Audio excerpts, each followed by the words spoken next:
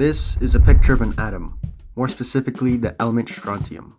This showcases the human endeavor to study extremely small particles and their behavior, which is basically quantum mechanics in a nutshell.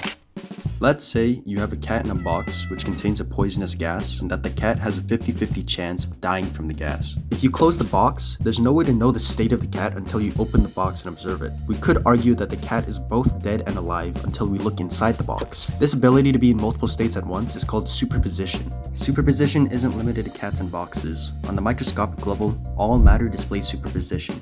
Matter can act both like waves and particles.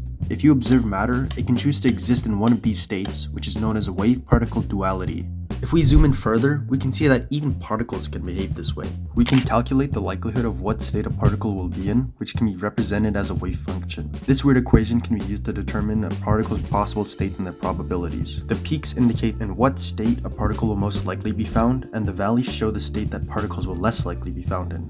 But the weird part is, we can't know the exact state that a particle will be in.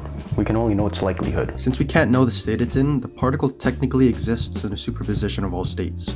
But when the particle gets observed, the wave collapses and the particle chooses one of many possible states to be in. The reason why this happens is still up to debate. Some say that the particle chooses its state, while others claim that all states are chosen, but only one gets lived in our universe, and the others are unfolded in parallel universes. It's weird.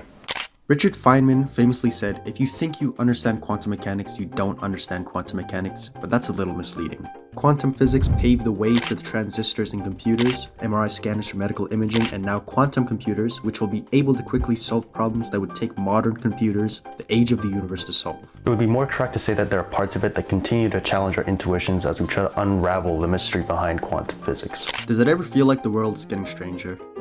It was quite strange to begin with.